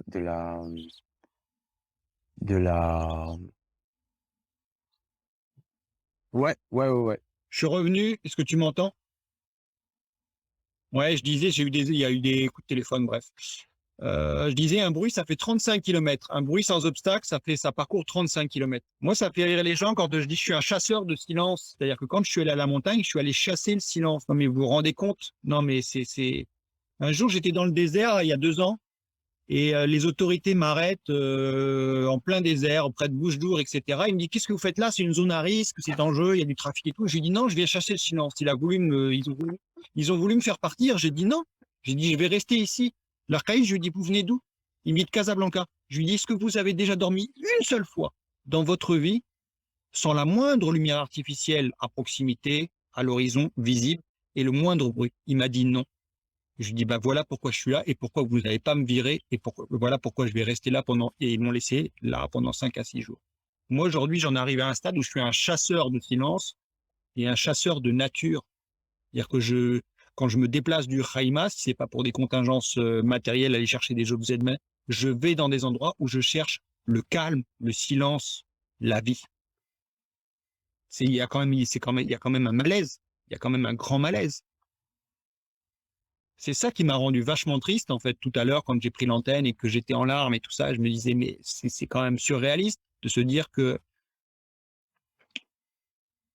que nous sommes obligés de quitter nos maisons, de quitter nos lieux de vie, etc., pour espérer trouver un endroit où il ne va pas y avoir une lumière artificielle, un bruit, etc., et pouvoir simplement reposer notre corps physique et être connecté à notre âme en paix. C'est quand même, enfin moi ça me choque. Moi ça me. Donc Néo, au niveau voilà, des solutions ça me choque. concrètes, donc tu as évoqué la possibilité bien sûr d'arroser du coup en matinée et Se déplacer. le soir. Non, d'abord se déplacer pour le bruit. Hein, aller voir les gens et leur dire voilà, la solution elle est simple, c'est un silencieux, hein, ça coûte 200 balles. Alors maintenant, la première chose que vous faites, c'est qu'il y a des gens qui dorment. Il faut les choses dans l'ordre, avec logique. La première chose, c'est le bruit, pour que les gens puissent dormir tranquillement. La deuxième chose, c'est que les gens ils puissent continuer à avoir de l'eau. Donc, l'arrosage, tout ce qui se fait par asperceur, c'est terminé. Tout ce qui se fait par goutte à goutte, d'accord, mais à la tombée du jour. Donc, les gens qui ont des moteurs au gaz, et que c'est un problème parce que ça peut pas fonctionner la nuit, c'est soit ils ont un silencieux mais ça mettra encore du bruit, donc c'est que les gens soient raccordés à l'électricité. Donc là, il va y avoir un coût. Donc ça veut dire qu'il va falloir que l'autorité, elle soit, et qu'il y ait des décisions qui soient proposées ou des mesures qui soient proposées au niveau du ministère de l'Agriculture pour que les gens puissent, s'ils n'ont pas le raccordement à l'électricité, qu'on leur donne l'électricité. Pour pouvoir fonctionner avec des pompes silencieuses. Pour la problématique de l'eau dans la zone, moi, ce que je propose, c'est qu'on arrête définitivement l'utilisation de la nappe phréatique. Il y a une usine de désalinisation qui est ici et c'est un bordel. Il y a une usine de désalinisation. Putain. Donc, qu'on installe en urgence, parce que là, pour l'instant, l'eau, elle va aller où? Elle va aller à Agadir, elle va aller pour arroser des golfs, elle va aller faire quoi? Exact. Donc, qu'on raccorde les fermes, et qu'on leur donne l'eau. Qu'on leur donne, moi j'ai pas de souci, qu'on leur donne la flotte, quoi. Qu'on leur donne l'eau de l'usine de désalinisation. En plus, l'eau, elle sera de meilleure qualité. Pourquoi? Parce qu'aujourd'hui, qu'est-ce qui se passe au niveau des forages? Les gens, ils se disent, ah ben je vais manquer d'eau. Donc ils font des forages très profonds. Mais plus je vais profond, je suis dans une zone où il y avait l'océan avant, plus je descends, plus il y a du sel. Donc inadapté aux cultures. Donc ça n'a aucun sens ce qu'ils font. Donc là, nous avons une usine de désalinisation. Je ne dis pas que c'est la meilleure des solutions, mais elle est là, elle existe. Hein, c'est possible de lui faire cracher 1,5 million de mètres cubes de flotte par jour. C'est énorme. Oui, jour. Ouais, c'est la plus grosse d'Afrique et peut-être une des plus grosses d'Europe, peut-être même du monde. Je sais pas. C'est 2 milliards. C'est 2 milliards d'euros. 1,5 milliard d'euros. Wow. Plus vite. Oui. Le roi, il était là il y a même pas un an. Il s'est posé en hélicoptère à Douira. Donc les solutions, elles sont là, quoi. Les solutions, elles sont là. Toutes les solutions, elles sont là, elles sont faciles, elles sont accessibles, ça va nuire à personne. Ça va être du gain pour tout le monde. Des meilleurs légumes qui auront moins le goût de flotte, moins de nuisances, respect de la nappe. La nappe, elle va pouvoir, si nous travaillons avec l'usine de désalinisation, la nappe, elle va se refaire. 2 ans, 3 ans, 4 ans, 5 ans, tout se refait. La nature, elle est parfaite. Tout se refait. Ça, c'est impressionnant. Donc, ouais. Ça, c'est impressionnant comment est-ce que la nature, en fait, dès lors qu'on la laisse tranquille, elle reprend ses droits. Et tout reprend, on va dire, la vie reprend. Le problème, c'est qu'on pense on pense pouvoir faire mieux que la nature. Or, c'est faux. Donc, je sais pas, Néo a l'air d'avoir à nouveau des soucis de connexion. Nombreux, il faut du chiffre, il faut du poids, il faut se déplacer, il faut du poids. Il faut pas 2 personnes, 3 personnes, 4 personnes, il faut 10, il faut 20, il faut 100, il faut regrouper beaucoup de monde. C'est ça et ça. C'est sûr, il n'y a pas d'autre moyen. Tout seul, moi, je vais peut-être y arriver parce que je suis très endurant, je suis très solide et j'ai réussi à faire beaucoup de choses ici et j'y arrive encore et j'ai fait taire des moteurs et peut-être que je vais y arriver. Mais c'est trop pour un seul homme. Je suis pas, je suis un homme. Voilà. J'ai beaucoup d'énergie, beaucoup plus que la très grande majorité des humains modernes, mais j'ai mes limites comme tout le monde. Et il nous faut du nombre. Il faut que nous soyons. J'aime pas utiliser il faut, falloir, pouvoir, devoir, mais ça demande d'être ensemble, unis, nombreux. puissant. C'est logique et simple. Ok, l'ami. Bah écoute, C'est logique. C'est fini maintenant, c'est fini le petit truc au jardin de la santé, le petit truc au Raïma, les petits trucs Walou. Les petits trucs Walou. Maintenant, les petits trucs, il faut les regrouper il faut pour faire un surtout grand un truc. mouvement. Il faut que les gens, et c'est ça qui est déplorable, et c'est ça qui est déplorable aussi dans le monde de l'écologie et de la perma, etc. C'est que chacun est dans son coin et chacun fait son petit truc. Les intérêts mercantiles encore, c'est l'autre il a son écologe, l'autre il a encore son écologe et l'autre il a encore ses trucs, il a encore ses clients. Moi je suis arrivé à un stade où je te l'ai dit de toute façon maintenant. Ce que j'ai mis dans la balance, c'est la vie. C'est pas ce que je vais gagner et tout ça. Ouais. C'est tout. Là en ce moment, j'ai pas de guest. Le Sundoor qui est vide, je passe pas mon temps à faire de la communication. C'est pas ma priorité. Ma priorité, c'est la vie. Que les choses elles soient claires. Donc maintenant, regroupons-nous. Ça pourrait partir, par exemple, de tous les gens qui sont un peu dans la même dynamique que moi au niveau du lifestyle, au niveau etc. Regrouper ces gens-là et choisir une zone d'action et y aller. Bah écoute, il y a Olenka là. Il y a Olenka qui dit qu'elle est Je partante. peux vous dire, Je sais pas. je peux vous dire que si nous sommes 100 personnes dans la zone du Raïma à nous déplacer et à aller voir les gens qui font toutes ces nuisances-là, je peux vous dire que ça va faire du bruit. Parce que 100 personnes, je veux dire, ça va affoler tout le monde. Vous savez comment ils sont les autorités? Nous sommes au Maroc. Le Qaïd, les machins, le Khalifa, ils vont tous arriver. Les gendarmes, c'est quoi 100 personnes là? Qu'est-ce qui se passe là, c'est là? Mais c'est puissant. Très puissant. Il n'y a pas besoin de 50 réunions. Je peux vous dire qu'ici, dès qu'il y a un petit rassemblement devant des syndicats, un endroit et tout, vous avez deux quarts de gendarmerie ou deux quarts de police. Quand vous avez les grèves, vous avez 3 camions qui s'arrêtent à un rond-point. Il faudrait Il y a préparer 10 en amont. bagnoles Mais oui, il faudrait préparer en amont une présentation avec une vidéo qui explique bien la démarche, qui explique bien en fait pourquoi est-ce que ces nuisances-là ne sont pas finalement quelque chose de souhaitable et d'efficace même, et quelle est l'alternative. Tu vois, il faudrait avoir ce genre de support pour pas que ce soit. Ouais. 1 minute. Voilà. Ça dure 1 minute, une vidéo simple. Voilà ce qui se passe dans la zone. Reportage, vous avez accès à ce reportage-là. Voilà. Quelles sont les solutions pratiques dans un premier temps? Pour les nuisances, c'est ça. Pour l'arrosage, c'est ça. C'est dans l'immédiat. Et à moyen terme, nous avons cette solution-là et celle-ci et encore celle-ci. Et voilà. C'est vachement simple. Ça me prend 5 minutes. Et si on a ce genre de démarche, en fait, qui est une démarche plus éducative qu'une démarche en fait vindicative, il y a toutes les chances pour que le message non seulement soit entendu, mais soit même trouve un écho dans la presse, on va dire, dans les médias plus grand public, que donc les politiques n'aient d'autre choix que de s'en emparer. Je t'ai évoqué le mouvement Save Soil de Sadhguru, n'est-ce pas, qui est donc ce gros mouvement là qui a été lancé il y a bien 2 mois et quelques là, et qui vraiment fait son chemin partout dans le monde entier, sauf chez nous, sauf ici. Je crois qu'il était à Dubaï, je crois, un truc, mais c'est pas arrivé ici. Je crois qu'il était en Afrique également, en Côte d'Ivoire ou un truc comme ça. Et Dubaï, soit dit en passant, il n'arrose plus Comme quoi, que la nuit. le message passe. Et c'est sûr que c'est l'idéal d'arroser la nuit, hein. Comme ça, il y a les plantes qui sont disponibles, leurs pores sont ouvertes, il n'y a pas d'évaporation, les sols sont frais, donc l'eau pénètre. Bien évidemment que c'est ce qu'il faut faire. Donc, ouais, essayons d'organiser un truc comme ça. Si vous qui écoutez cette vidéo avez envie de prendre part à cette dynamique ou connaissez, ou je sais pas, avez une perspective intéressante, n'hésitez pas à nous contacter, soit moi, soit Néo, et puis on va essayer effectivement de faire avancer, parce que c'est vrai que là, on peut plus se contenter. Moi, je les vois, les jardins de la santé, je fais ce que je peux, j'essaye de replanter des arbres qui vont fixer de l'azote, voilà, j'essaye de décompacter les sols, etc., mais c'est pas suffisant. Ce qu'il nous faut, c'est de l'information qui circule et de l'action qui suit l'information. Donc, merci Néo de cet appel, c'est extrêmement pertinent. Tout à fait. Let's do it. Ouais. Let's make it happen, comme dirait Sadhguru. Ouais, on le fait. Et puis si nous sommes, plus nous serons nombreux, plus la vie sera belle, quoi. C'est évident. Plus notre environnement sera beau, plus la vie va se développer de manière belle. C'est évident. Voilà. Faisons-le, quoi. Faisons-le. Changeons nos priorités. Ça demande du temps. Chacun son rythme. Chacun fait comme.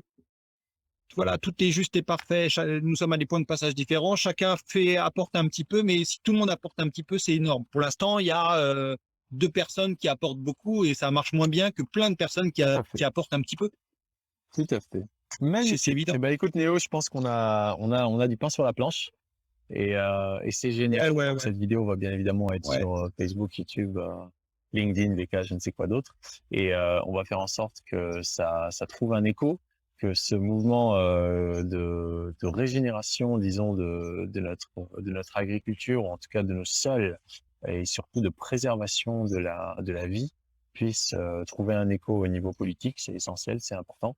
C'est maintenant, c'est pas dans 10 ans. Et tu vois, comme quoi, Néo, heureusement que tu vois, t'es arrivé à ce petit stade là on va dire de trop plein, qui permet en fait de recréer en fait tes surfeurs, de recréer une nouvelle vague, une nouvelle dynamique. Donc on y est. Let's make it happen, comme dirait Sadhguru. Allez. Merci à toi aussi, l'ami. Merci Sam. Merci d'être. Allez. Bon, à tout de suite. Allez, à nous. Ciao et merci. Yes. Merci à tout le monde. Allez. Allez, à tous, soyez heureux. Et ne doutez pas de notre capacité à changer. Le changement, c'est nous, c'est maintenant. Soyez heureux.